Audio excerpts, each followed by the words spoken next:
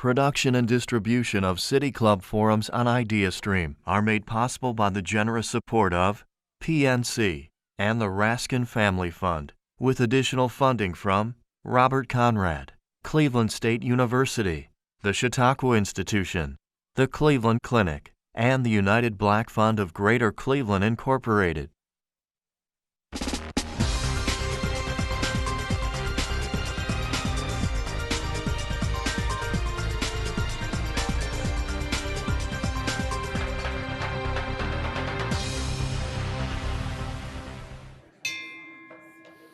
Good afternoon, and welcome to the City Club of Cleveland. I'm Dan Moulthrop, Chief Executive here, also a proud City Club member. And once upon a time, I was a proud English Lit and Language Arts teacher at a public high school in California. That's one of the big reasons why I'm so pleased to welcome today's speaker, resident scholar and director of education policy studies at the American Enterprise Institute and a former high school social studies teacher himself, Dr. Rick Hess.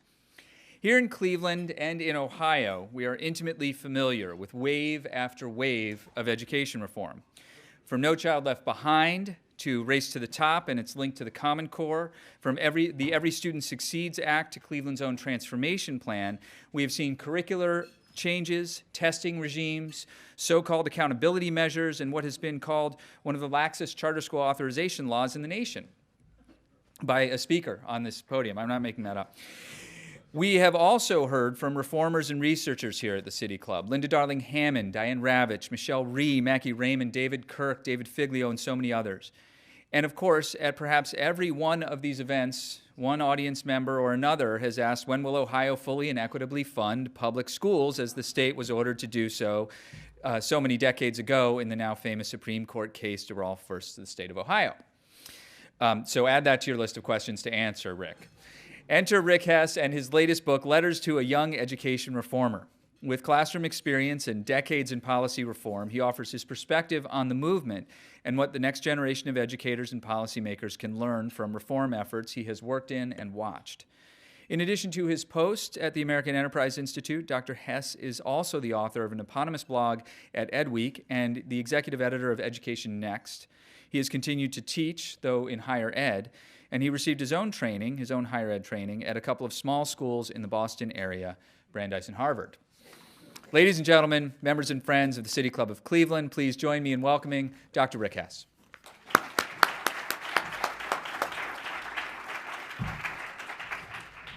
Thanks, Dan. Thanks for that kind and warm introduction. Hey, it's a pleasure to be here with all of you today. I'm Rick Hess, Director of Ed Policy Studies at AEI, as Dan noted.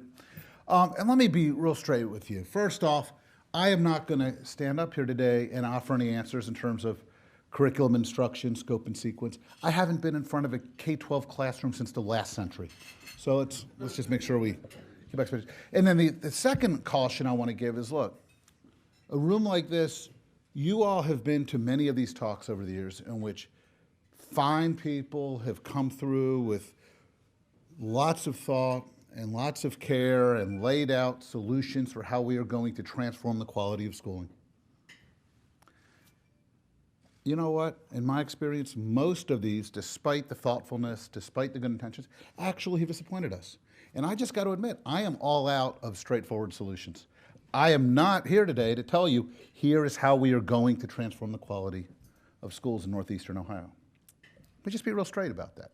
But I'm not here to share gloom and doom and frustration. I think part of the reason why so many well-intended efforts have disappointed is because of how we've gone about them, the questions we've asked, and therefore the answers we've wound up settling upon. So I'm going to leave telling you what the right way forward is in terms of this policy or that prescription to some of the other folks who are going to visit with you this year. What I want to talk to you today is how we actually drive these changes and how we make them work for kids. Let me put it this way. Those of you who've been doing this long enough may remember when U.S. Secretary of Education Margaret Spellings insisted about 15 years ago that No Child Left Behind did not need to be changed, that it was 99.9% pure, in her words, like ivory soap. You may remember when Secretary of Education Arne Duncan said in 2010 that the Common Core was the greatest thing to happen to public education in America since Brown versus Topeka Board of Education. For my part, I think both NCLB and Common Core actually had a lot of problems, and that a lot of those problems were the way they were executed, and that these big, bold, ambitious efforts have disappointed. Now, when you think about the reforms that have marked the landscape of 21st century schooling, No Child Left Behind, Common Core, Race to the Top, these big capital letter promises are designed to address big social challenges. I call it big R reform. It's capital letter reform. And it's because the challenges themselves are big. So many of the folks in the world of education are focused on school reform because they see it as a way to address huge challenges in American life. Economic inequity, racial tension, how to grow the GDP 50 years downstream. I think part of the challenge is when you start with school reform as the answer to some of the nation's biggest and most intractable dilemmas, you wind up with school reform, which is not always about improving schools, but is about feeling like we're trying to do something good that matters. So let me just be real straight. I come at school reform from a different perspective. I got into school reform, I often say, because I hated second grade. I was bored, I was troublesome, I was getting in fights all the time and losing almost all of them. And so they had the specialists in Belmead, New Jersey, sit down with me, and they couldn't figure out what the learning challenges were, so they just skipped me a grade, because that was how we did things back then. And then I got beat up by bigger third graders. And that was, that was my life in school. And then it was interesting. We'd moved to Northern Virginia to one of the nation's great public school systems, Fairfax County, and I wound up in a school with a phenomenal sixth grade teacher, Selma Ziff. She had a room full of sixth graders thrilled about learning probability because she turned the classroom into a gambling casino where we gambled for M&Ms for 2 weeks. Now, there was nothing about the way she executed that 10,000 other sixth grade teachers couldn't imitate. It turns out, in retrospect, I think, that it's not necessarily the curriculum she used or the instructional materials, but it was how she did it. It was 1,000 small judgments she made every day, because schools, classrooms, are the most human places I know. They're places where great classrooms and great schools are the product of thousands of little decisions made by educators, by children, by parents. And the question is, how do you get people to make those decisions? Now, after sixth grade, most of school was, once again, tedious and boring for me for the majority of my time in 7 to 12. And the funny thing was, when I went on to college and started to meet people from other places, how common that experience was. That so many people, whether they went to suburban schools or urban schools, whether they came from wealthy families or less advantaged families, spent tons of time in school, disengaged, frustrated, and alienated. And the question is why?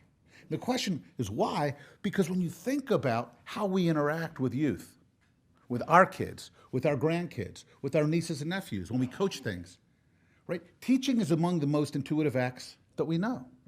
Kids are hardwired to ask questions, to be curious, right? This is how they drive us crazy as parents. We are hardwired to share things, to share our passions, to help kids grow. So when we have built places that are in nothing but the business of helping kids learn about their world and allowing educators to coach those kids and help them grow, how in the Lord's name did we wind up with places which are so often stale and sterile and disconnected from the things that matter? Well, after college, I decided I wanted to try to tackle some of this. I went off to teach in East Baton Rouge Parish, Louisiana. This is before there was even something called Teach for America. And I went down there and I wanted to connect with these kids, make a difference, and I failed. And the failure is obviously on me. But I think it was also what struck me at the time was how schools are actually not designed to help teachers do the things that create those great classrooms. I taught high school social studies, and I was teaching 150 kids a day. It turns out, no matter how passionate you are, no matter how much you want to connect with kids, it's actually really hard to connect with 150 kids in a day. I wanted to create dynamic lesson plans, but it turns out that the paperwork burden and the reporting leaves it so that you start to do this stuff 11 o'clock at night. I could do some of that because I was 22 years old with no commitments, but if you're 32 years old and you've got children to raise, it's a different story. And more fundamentally, I found that it was a system where you had lots of people who meant well, and then it treated them as if they were in a Kafkaesque prison. I remember I was supposed to start the third advanced placement economics program in the state of Louisiana. First year we didn't do it because.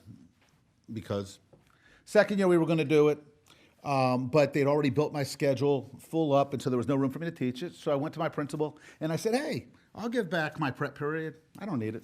You know, I was 22, right? You're stupid when you're 22. And he said, well, Mr. Hess, that's not the way we do things. I said, well, look, I'd be happy to do it. A bunch of kids are up for taking it. I think it'd be fun. He said, well, I'll tell you what, why don't you go downtown and talk to them? And if they say it's okay, we'll do it. So being 22, I got on my pickup. I drove over to downtown. I met with the associate superintendent for curriculum instruction. I explained the situation. I said I was happy to volunteer to teach this class. Would he please notify my principal? Pulled into school the next morning. My principal was standing on the edge of the parking lot saying, Mr. Hess, what have you done now? I said, what do you mean? What do you mean, boss? He said, come with me. So we went and sat in his office, and he said, what'd you do yesterday? I said, I don't think I did anything wrong this time. He said, did you go to Central? I said, I did what you told me to do. I got him, I drove over, I spoke to him, we had a very nice talk, I volunteered to teach it. He said, Mr. Hess, I just got chewed out for 10 minutes this morning for having my teachers running out of muck. He said, didn't you know I was kidding? And I think that is the life that's experienced by so many teachers and principals. People who want to try to solve problems for kids find themselves caught up in the gears of all of this. And it was funny because when I was down there in Louisiana, the reforms that we were talking about did not seem pitched to address any of these challenges that I was experiencing. So I went back, I do what we do when we get frustrated in life, right? I went to grad school. And I went and I did my PhD. And what I was trying to do was understand, why do certain reforms get adopted? Why are reforms so removed from what we actually do? So this was my dissertation up at Harvard. I was studying urban reform across 57 districts in this nation. Cleveland was one of them. I got money from the National Science Foundation. I was all excited. And then I had a problem. Couldn't do this study that I had wanted to do.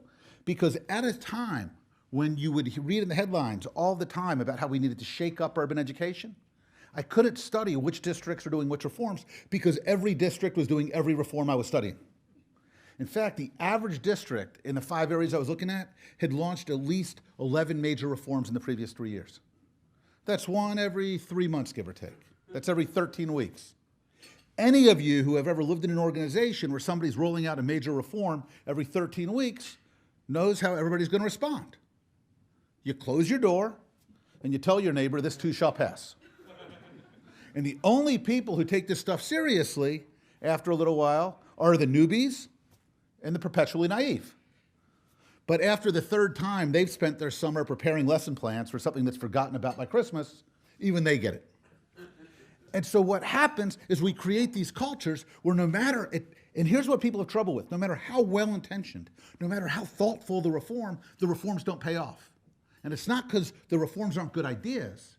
It's because they are pursued and dropped into systems in ways that almost guarantee they're going to disappoint. You're familiar with how physicians worry about overprescription of antibiotics because we worry that we're going to create drug-resistant superflus? I fear what we've managed over the past quarter century is to create reform-resistant schools, where no matter how thoughtful the reform, no matter how careful it's intended to be, it is dropped into a site where teachers are so frustrated, so distrustful, so disinclined to think it's going to be around more than 6 months, that none of that stuff, those 1,000 subtle judgments that get made every day, none of those are actually aligned for these things to work for kids. Now, when it's actually worse than that, because when these things disappoint, what happens is those of us on the outside who are reformers look at schools, we say, you guys aren't even trying to do this. You're not buying in. So we get frustrated and we try to come up with even bigger, bolder Big R reforms to make the educators respond. And the educators get even more defensive and even more dug in. And they're even more resistant to this stuff happening. And so what happens is not only does each reform not deliver, but we tell each other as reformers, well, we tried. If that one didn't work, maybe this next one. What we don't understand is that each reform makes it less likely the next one's going to deliver. And on top of that, if you believe, like I think I learned 30 odd years ago in Mrs. Ziff's class, that it's actually those judgments that the teacher make that deliver great schooling, our reforms can actually move us further away from the schools we want, because we create places where educators are less and less comfortable exercising those judgments, where they don't feel like they have the freedom to make the decisions that are connect with kids and move them along. So if you accept all of this, what does it mean? Does it mean that reform has been a failure? No, that's not what I'm saying. But what I am saying is that so many of these big passions and good intentions have been pursued in ways that have hindered them or even undermined them. So what do you do about it? Let me give you 5 lessons that I think I've learned. The book, as Dan mentioned, Letters to a Young Ed Reformer, is about 22 essays trying to tackle a whole bunch of these things. But I'm going to not subject you to that, out of mercy, I guess.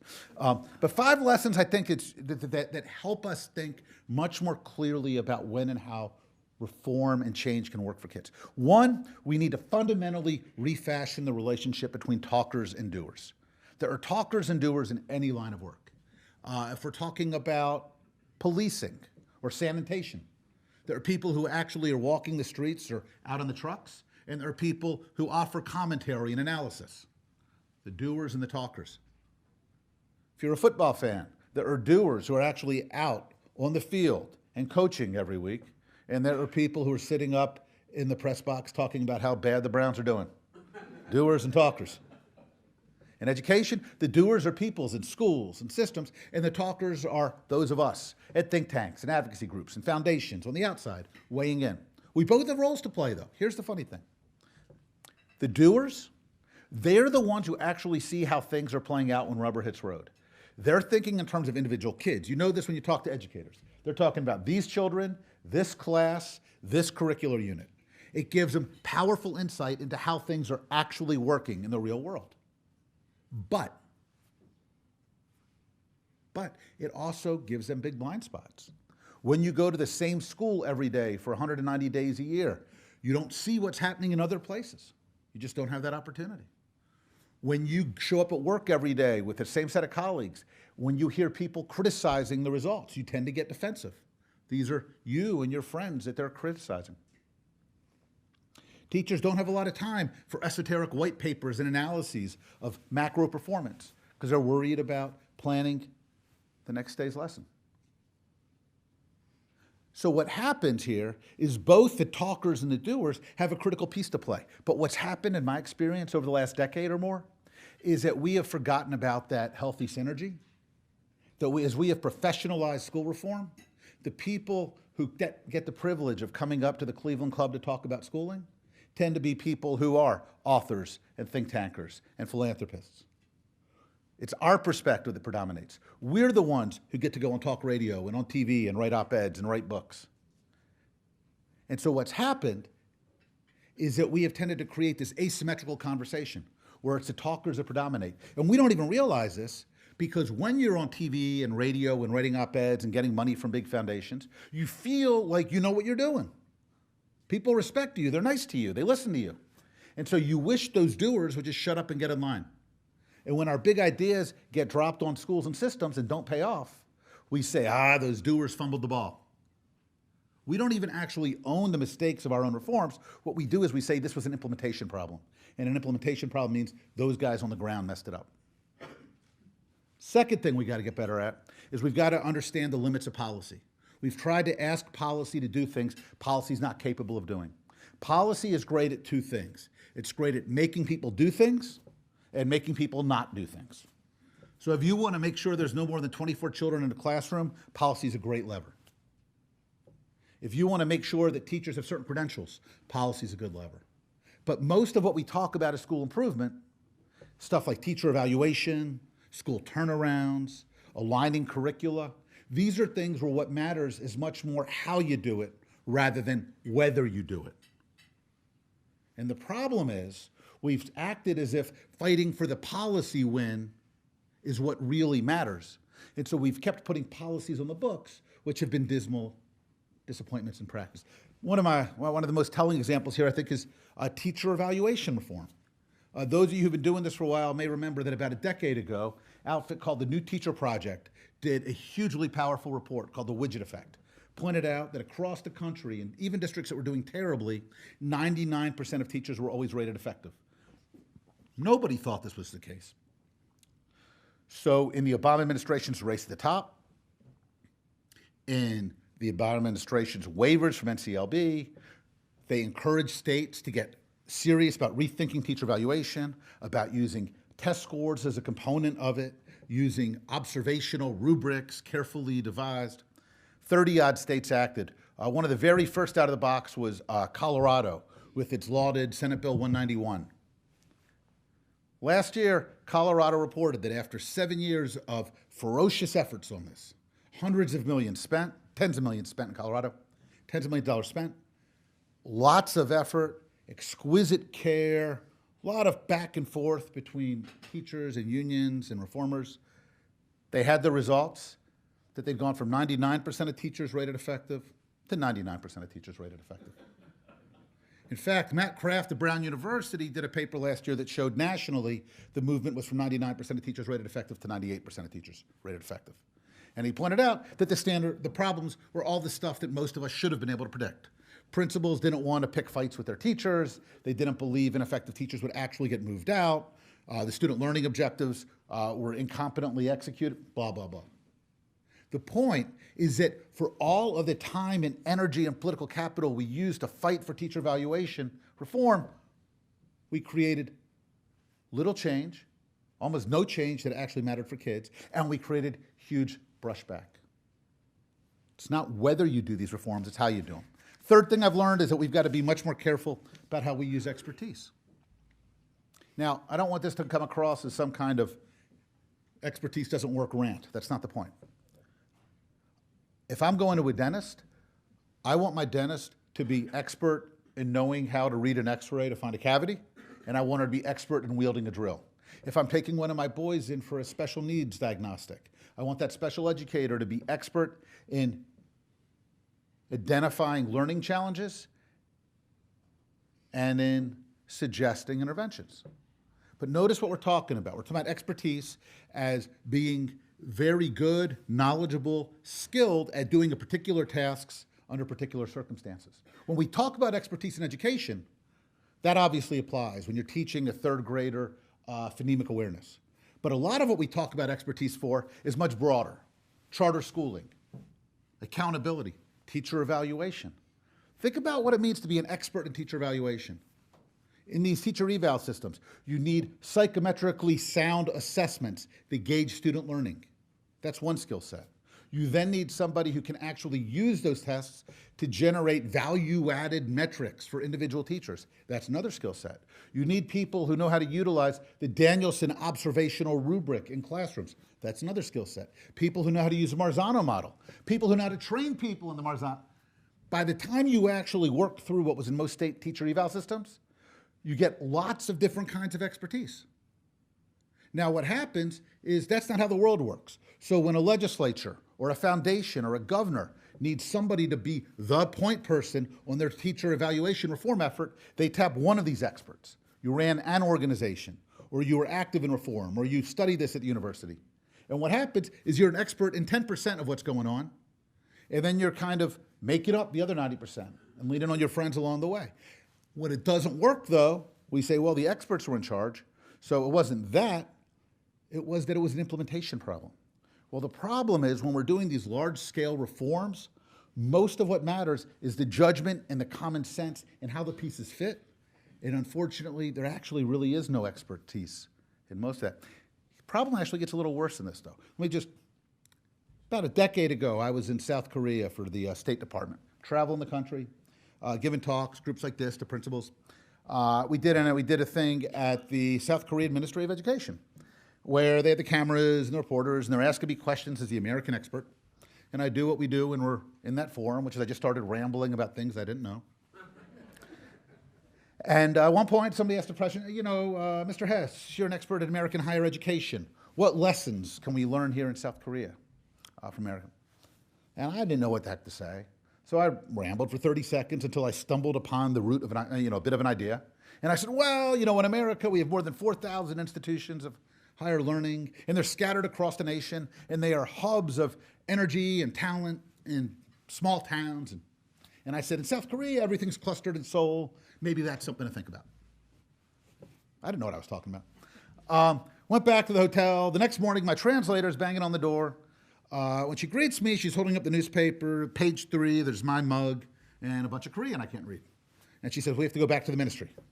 I said, what's up? Why? She said, I'll tell you in the car. So we get in the car because I didn't know what I was talking about. I know nothing about South Korean education. I didn't realize 6 months prior, South Korean Ministry of Ed had put out a 10-year strategic plan for South Korean higher education.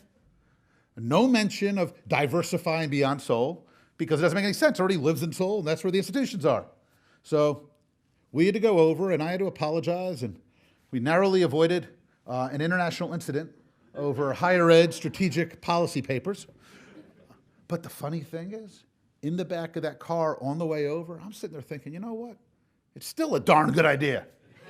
And you've all been there, right? We've all been there. We say things, we get attached to them. So think, when you have been running an organization that champions value-added measurement of teachers for 5 years or 10 years, and somebody finally taps you as the expert, you're not an honest broker of careful information. You're not a good judge bringing common sense to bear. You're an enthusiastic kind of reformer who, by gosh, is going to jump through this chance to make things change. We've got to get much more careful and deliberative about what we think expertise can do for us and when we have to make sure that common sense is in the driver's seat. Fourth, real simple, we have to learn that history matters. Not history matters in the sense of, if we don't know it, we're doomed to repeat it, but in a much more simple sense. Our schools were not built to do what we're asking them to do. First law providing for public provision of education in American schooling. Anybody remember the year? 1647. The old Duluth or Satan law in Massachusetts Bay Colony. If you remember the Crucible, they had a problem, right? They had this witch problem. They were worried that left untended, kids would become witches. So they needed schools. So any community with at least 100 families had to build a school. And it was widely successful. You hardly ever meet witches in Massachusetts today. But it was designed to meet the challenges and needs of a very different era. Well, today, in fact, 250 years later, in 1900, only 1 American in 10 was finishing high school. Today, it's a totally different world. We want every one of our children educated to a high level in reading and math and STEM and so much more. That's the right goal. But there's no earthly reason to presume that the schools and systems we've inherited are designed to do it. And when they don't do these things we would like them to do, we don't say, hey, maybe we've got to reimagine them. We say they're failing. Well, failing to me presumes that they used to be able to do this and now they don't. They've never done what we're asking them to do. Nobody in the world has ever done what we're asking them to do. So maybe we need to reinvent and reimagine. And to my mind, that's why ideas like charters and vouchers and inline learning are such an important and healthy part of our toolkit as we think about this, because we need to create opportunities for educators and communities and families to figure out different models of how we serve kids best. Fifth and finally, we've allowed school reform to be defined by our passion, and that's a great thing. I mean, it's wonderful that so many people come to school improvement because they want schools to do such important things in the world. I mean, of all the problems in the world to have, too much passion's a really good one. You know, we could be like airline customer service. That's a much bigger problem. But one of the tricks with passion is it can blind us. And when I teach this stuff to educators, here's the example I always use. Old children's story, Stone Soup. Most of y'all will remember it. The version I always tell, 3 soldiers are walking home from Revolutionary War through New England. It's bitter winter, it's cold, they're hungry. They come upon a little town, knock on a door, they say, can you spare any food? The villager says, sorry. Knock on a handful of doors, no luck. The 8th door, final door, 3rd soldier says, let me try something. Knocks on the door, says, hey, can we borrow a big pot? Soldier goes, really? All right, you can borrow a pot, sure. Takes the big pot, build a fire under it, they put it in the middle of town, they fill it with water from a stream, and then that 3rd soldier goes and finds a big, interesting-looking rock and puts it in the pot. One of the villagers comes out and says, hey, what are you guys doing? They say, oh, we're making stone soup. Stone soup? What's that? Oh, it's fabulous. You'll love it if you've never had it. We're happy to share it. The villager goes, well, that's great. We're so sick of having the same couple things over and over. The soldier says, you know, the one thing is stone soup's great. It's even better with a little bit of carrot. And Butcher goes, oh, I could spare a little carrot. During the commotion, somebody else comes over, asks about what's going on. Oh, onion, potato, rabbit. 4 hours later, they're all sitting down, eating stew out of these heaping bowls, and everybody says, ooh, stone soup is phenomenal. What's the lesson? What does our passion blind us to when we get too excited? That it wasn't the stone, that it was everything else that made it work. Well, this, for my money, is the parable of school reform. When you think about these reforms that always seem to work somewhere, what happens at the places where they worked? These are the pilot sites where somebody goes in and finds a school district or a principal who is enthusiastic about doing it. It's a school where the teachers sign on. That's why they're starting it out here. They get a memoranda of understanding, an MOU, from the local collective bargaining agreement so that they can do extended days and additional training. They get support from the foundation that's underwriting this idea because this is their test site. They get hands-on loving care from the big shot professors and creators who came up with the idea. And then, turns out that the stew is delicious. And people go, aha, we finally have found the stone that will transform schools. And then they take the idea and they carry it to the next school or the next district and they try to implement it and it doesn't work. And they don't say, hey, we were so hoping to have found the answer that we were blind to what was really going on. They say, instead, we've got an implementation problem. The doers didn't do it right. And the educators feel frustrated, and the reformers get annoyed, and we move on to the next promising solution and start this thing all over again. The trick here is that so often, if you believe that what characterizes great schools and great classrooms is judgment and trust and empowering educators and then holding them responsible for serving kids well, that so many of our well-meaning efforts to carry promising ideas from one place to the next actually get in the way of that. So look, let me close with this. Like I said, I think I'm less confident about what the answer is than I was 30 years ago when I started doing this substitute teaching for pizza and beer money back as undergrad and college. But that doesn't mean I don't think we know things. But I think the things that I'm confident of are common sense. That folks who are serving the public's children and collecting public dollars ought to be held accountable. I'm less certain than I think that I used to be about what the right way to hold them accountable is. I think that educators who are good at their work should be rewarded in various ways, and those who are bad at their work should get better or get fired. But I'm less confident than I used to be about precisely how we measure who's good and bad, and that we have to be more careful about how we do these things. In the end, I think when I got into this stuff, that I thought good intentions and good ideas were what really mattered. And here we are, 3 decades on. I think I've come to decide that good intentions and good ideas actually count for a whole lot less than I used to think. And what really matters, much more than I ever appreciated, is patience, persistence, and wisdom. Dan, thank you so much. It's a pleasure to be here.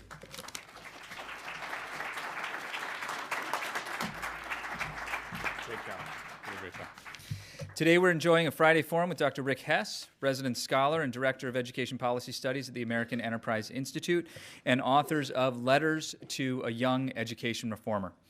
We're about to begin our audience Q&A, and we welcome questions from everyone. Holding the microphones today are content coordinator Bliss Davis and Youth Forum Council Chair Tiolu Orsanya. May we have our first question, please? This is a bit unfair, but you can take it where you wish. I haven't had a chance to ask someone from the American Enterprise Institute about the Institute, and I'm going to take this chance. Can you tell us something about what the values are that imbue the place where you work, what freedom they give you to take any position you wish, and how it has related specifically to your work in education? Sure.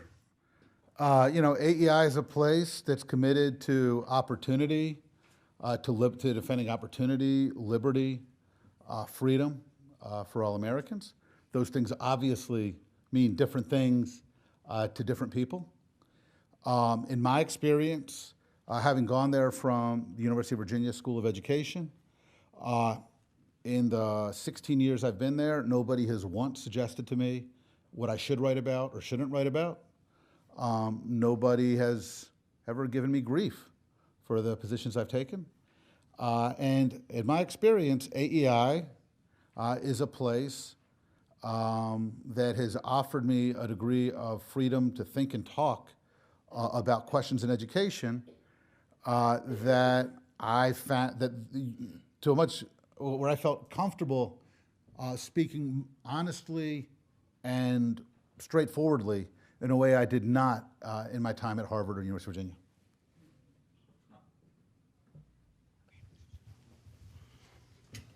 Hi, my name is Jason Williams, and I'm the founder of an educational nonprofit, Get With The Program. So what do you feel are, I wrote it down. What aspects do you feel are easiest to reform and the hardest, and what role do you see philanthropy and organizations, nonprofits like Get With The Program playing in that reform?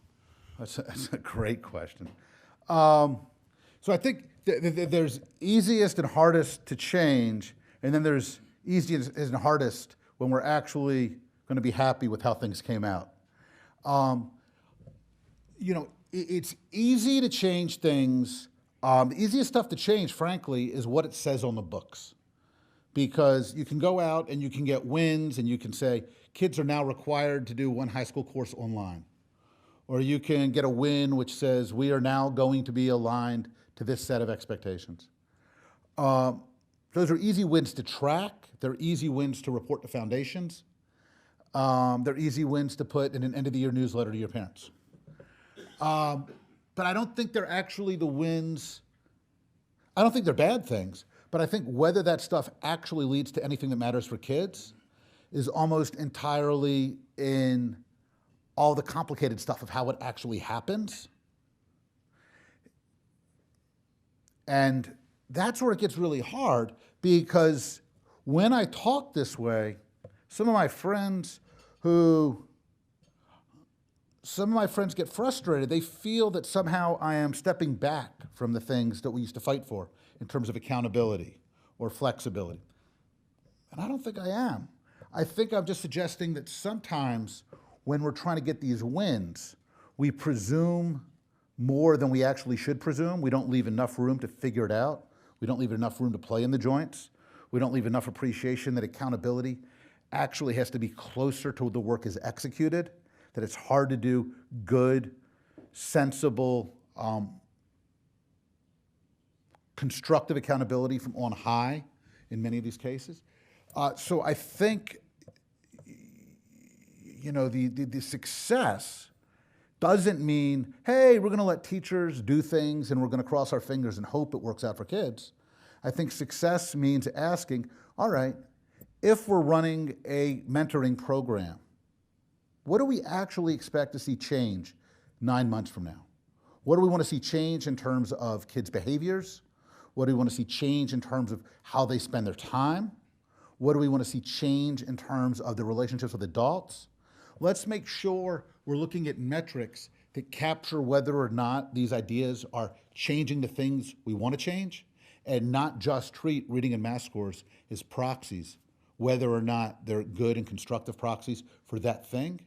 I think if you get kids engaged, you get them mentored up, you make them feel connected, I'm willing to bet that if you've got good reading and math tests, those things will move downstream. But I'm not sure those things are going to move in a 9-week or 9-month window, and I want to be careful about that. And I think if we measure wins that way, then we've got to be honest with ourselves and say, hey, we've got this cool mentoring program. It sounds great. It worked great in a pilot somewhere. We've been doing this for 9 months. We haven't seen a lick of difference in these children's lives. We can't keep doing it the same way and expect something's going to change. Rick, a lot of people date American education reform, or at least the modern version of it, from 1983 and Nation at Risk. Looking at America's schools, first of all, do you see that as a legitimate jumping-off point for comparison? And secondly, how would you compare the state of American schools today and the state of American schools then, and where have we gotten better and where have we gotten worse? Yeah, that's a fabulous question. So yeah, I mean, I think, you know, if you sit down in a room of education historians, they'll have these long fights over when does each period begin and end. But I think for a lot of us, Nation at Risk from '83 is a really useful kind of beginning point for the modern conversation. Look, Nation at Risk, people forget sometimes that it was really about the American high school. It was not about K-12. And its solutions were about the American high school. In particular, it was about pushing to ensure that students were taking more courses across the academic subjects for more years. So 4 years of reading, 4 years of math, 4 years of science, ideally. And frankly, we did a lot of those things. And one of the interesting things, Mark Schneider at American Institutes of Research did a piece a few years back where he pointed out, for instance, that if you look at the math courses American students were taking in high school, they were taking many more math courses and many more rigorously titled math courses by the late 1990s than they had been before Nation at Risk. And yet you saw no movement on the National Assessment of Educational Progress for these kids on their math performance. So one of the problems is we can do these reforms, we can comply with them, we can pat ourselves on the back that we're moving kids into classes, but all the evidence is that the teachers were watering down the curriculum because they didn't know how to get these kids moved forward. And I think in a lot of ways, that's kind of the cautionary tale. If you compare American education today to 1983, you know, the international, we weren't doing international assessments in '83, but the American performance on things like PISA and TIMSS has been middling since we started administering that stuff about 15 years ago, and it remains middling today. It's hard to make the case that we've moved in any obvious direction. On National Assessment of Educational Progress, we've seen ups and downs. We're moderately better with 4th and 8th graders today, no better with 17-year-olds. But that's a problem because 17-year-olds have this nasty habit of not caring about tests when you give it to them. So there's been some modest evidence, but it's also the case that we spend, compared to 1983, we spend about 250% more per kid today after inflation than we were spending in the early 80s. So then the question becomes, is modest improvement on NAEP or on graduation rates, you know, good payoff for the money we've invested? So, you know, I mean, it feels to me that it's hard to deny that we've made some incremental gains, that we've made massive gains in terms of mindset and focus and opening up the system to some opportunities to think differently about this work, that we've seen the creation of some phenomenal, say, charter school networks. But as a whole, you know, if American education on the Nation at Risk was issued was a D+, you know, maybe we're a C- today. And that doesn't seem like much of a payoff for all the time and money we've spent. There's been a lot of focus on, in the reform efforts on evaluating outcome of education, our kids' learning. What is the best way to evaluate education, or what ways really seem to work well and give us really good feedback? That's a fabulous question. And, you know, that's one of those things where we actually have bitter debates among the experts. Dan Koretz at Harvard just came out with a pretty useful book on this fall called The Testing Charade, in which Dan argues that, you know, we have wound up relying as proxies in this obviously heavily upon reading and math scores. And the problem is we don't always know even when we're moving reading and math scores, are we moving reading and math scores because our children are learning more, and that's capturing a couple of facets of that? Or are they learning more because we're teaching them less other stuff, we're shifting that instruction over to reading and math, and then we are conducting test prep? The answer is, it's honestly really hard to know. We often conduct these debates as if we see movement in test scores or graduation rates as affirmation that we know it's working, but we don't. Washington, D.C., earlier in this week, just reported that 11% of students receiving diplomas this year missed at least half the days of school last year. 11% missed at least 90 days of school. Under D.C. law, they're actually not allowed to graduate if they miss more than 20 days, I believe. But what's happened, and those of you who are, who have any background in social science know Campbell's law kicks in here. When we start focusing on reading scores and math scores and graduation rates, what we do is we create enormous pressure on people in these systems to find ways to move these things. What's the right way to gauge this stuff? You know, the right way, I think, when we think about how those of us think about it for our own kids, it's, do we see them actually evincing a passion for learning? Do we see that they have learned to do things carefully and well? Are they being developed in terms of their unique gifts, as well as reading and math and mastery of science and social and history and social studies? Problem is, when we put it that way, none of us has any idea how to actually assess that well and consistently. Vermont famously tried to do portfolio assessments back in the 90s, and they were the vanguard.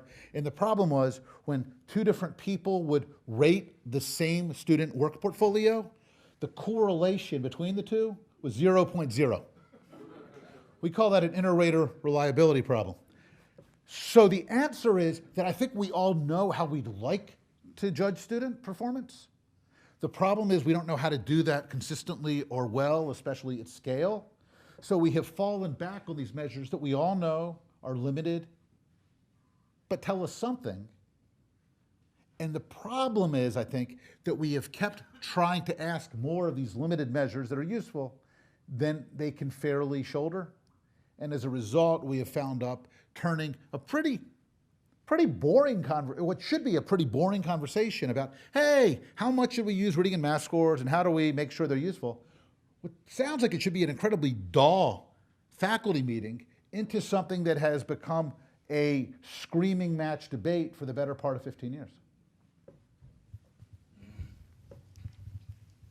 Hi, are there any states or even specific cities that you feel have been moving closer towards, more common sense education as you describe it, and what have they been doing that has been taking them closer to that? That's a wonderful question. It gives me a chance to use my wonderful dodge, which is, but my friend, Progressive Policy Institute's David Osborne, I see is going to be out in a couple weeks. And David's written a book recently talking about some of the cities that he thinks are doing best. I'll let him talk. What I will say is actually in letters, I talk about how I have learned to duck this question so passionately, because in my earlier, less cautious days, people would ask, Rick, who's a great superintendent? What's a district or a state that's doing it well? And I would answer.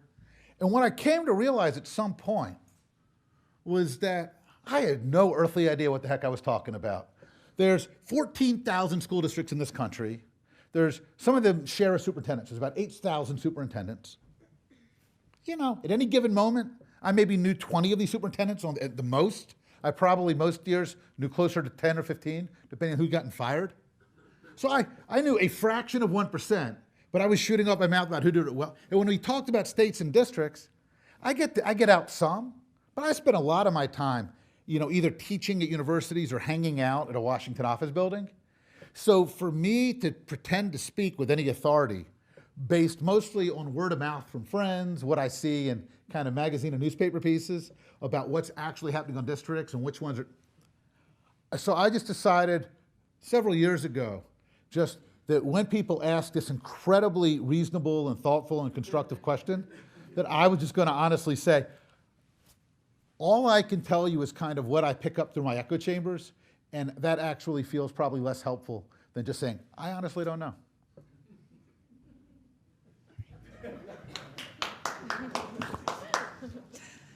Hi, thank you very much for coming to speak with us today. I have a question, and I appreciate your humility in explaining that there's so much about reform that we don't understand and aren't familiar with, and there's really no panacea for this. My question for you has to do with what you believe to be the actual purpose of K-12 schooling, which could inform a little bit more of where we would move in the direction of reform. Yeah, it's a wonderful question. I think it's one we've gotten out of the habit of talking about. I'm a big fan of reading and math scores tell us something. For my money, they probably tell us about, I usually say 35% of what I care about in terms of K-12 learning. What's the goal of K-12 for me? Goal of K-12 is to do two complementary but distinct things. One, it's to help every child develop their gifts. And two, it's to equip every child with the knowledge and skills to be a valued member of our society and of our society and of our economy. And those aren't the same thing, but I think they're related things. Now the problem is lots of people, even people who disagree bitterly with me on different stuff, can give answers that sound almost identical. And the real challenge is then, all right, well, what does that mean to translate that into schools? And I can tell, and here's the tricky thing. I can tell you when I'm in a school that feels like it's true to that vision. I can't tell you what kind of state directives or accountability framework will make a school be true to that vision.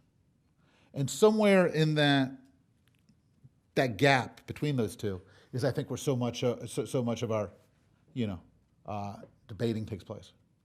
Hi, Courtney. Yes, so she's watching all the way in Tel Aviv, and she wants to know, what do you think about the current level of spending on public education? I would say, look, the U.S. spends about $650 billion a year on 50-odd million kids. So we're spending roughly $13,000 a year. For a classroom of 24 kids, that means we're spending somewhere $300,000 to $350,000 per year. You can argue these things internationally. My best judgment is, that's as much as anybody in the world spends per kid. Although you can argue about percentage of GDP and this other stuff. But, and that ranges pretty substantially. It goes from $30,000 or more in a place in New Jersey down to about $6,000 to $7,000 a year out in places like Utah and Nevada. Is that enough money? I don't know. Eugene Lang, the late philanthropist, famously promised to send the kids from his graduating class at PS, whatever it was in New York, about 30 kids to college, providing they graduated from high school. And then when he realized what commitment he had made, he decided to really help these kids and ended up, I believe, hiring 2 full-time social workers to work with these kids. The result being in a school that almost nobody graduated, something like 27 of the 30 did graduate and did go on to college. How can we possibly measure accountability when it takes that kind of resources in one place, and where my grandchildren go to high school, 95% go to college automatically? That's a wonderful question. And frankly, I mean, this is part of what we've been wrestling with for, in the Nation at Risk era, is obviously the advantages that children grow up with, family situation, the books they're exposed to, how much vocabulary they hear from age 0 to 6. All of these things have a massive impact on their academic trajectory, likelihood they're going to graduate, and life outcomes. And we want to address that, but in addressing it, we don't want to say, well, wait a minute, some of these problems are things that require us to be measured and thoughtful about what schools and educators can actually do, because we want to make sure that this doesn't happen to any kid. We want every student to succeed. So how do we hold accountable? What we have said is, we have said, no excuses will be made. Every child needs to succeed. If they're not all succeeding, you're not doing your job, which is problematic. So what we can do is we can talk partly about how much students are growing in a year and use that as one element of accountability to try to focus on whether schools and educators are doing their job well, rather than whether they are making miracles happen. But there's a more fundamental point which underlies all this too, which is one of the great victories, and I'll close with this. I think one of the great victories of this era of school reform has been that we have made it clear that it is not okay to say, it's not okay for educators to say, I can't teach those kids. This used to be something you heard all the time back in the 90s. Those kids, can't move them from that neighborhood, from that family. You don't hear that in schools anymore. You don't hear it out loud. You'll hear it quietly, you'll hear it muttered, but you don't hear people say it out loud. Now here's the thing though, along the way, that has been a huge victory. It's been a powerful mind shift. But along the way, we have also said, therefore, schools and educators are accountable for everything that happens, and we're not going to lay any of this on the feet of parents and guardians. And so what's happened is educators have felt scapegoated frequently by the way we talk about it, because they're like, wait a minute, maybe it was a mistake when we used to blame families and let educators off the hook, But now we're blaming educators and we're forgetting that helping a child succeed is always got to be that partnership between parent and teacher, between student and school. And I think the less we talk about this, the more educators have felt alienated and put upon, and rightly so. And I think what we need to strike is a healthier balance about how we think about the part that all parties play. Thank you all so much for the privilege of being with you today.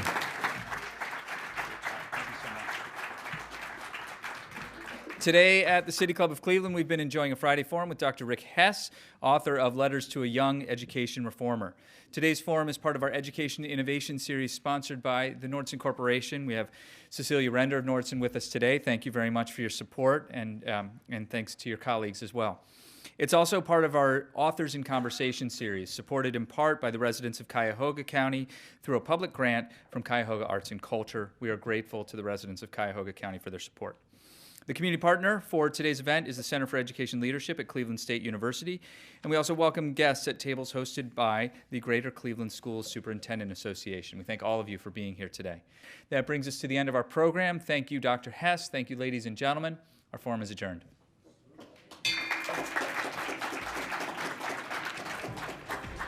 For information on upcoming speakers or for podcasts of the City Club, go to cityclub.org.